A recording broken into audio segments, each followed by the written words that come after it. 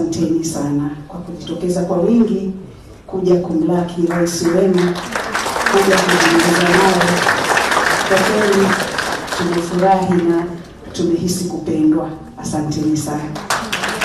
Lakini mimi pia binafsi kama mke wa rais na nina foundation yangu inaitwa Zanzibar Maisha Bora Foundation.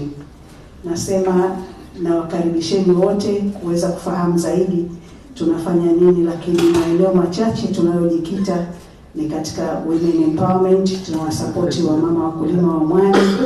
Tuko katika mambo ya afya ambapo tuna promote health lifestyle living, communicable diseases kuzicontrol, na tunafanya health camps za bure ambao tunapima watu vitu mbalimbali. Tuko pia tunapigana vita dhidi ya gender based violence. In a nutshell, hayo ni mambo tunayofanya nayo. Na issue ya malnutrition. Nutrition ni issue ambayo tunaichukulia very serious Zanzibar kwa sababu tatizo ni kubwa. Stunting is at 17%. Ni tatizo kubwa. Anemia inaiandama jamii yetu.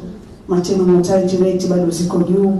Kwa hiyo tunasema tunaomba tushirikiane kwa yoyote anayeguswa kwa maeneo hayo, basi tuonane zaidi ili muweze kutusaidia. Tunawakaribisha sana. Asanteni sana.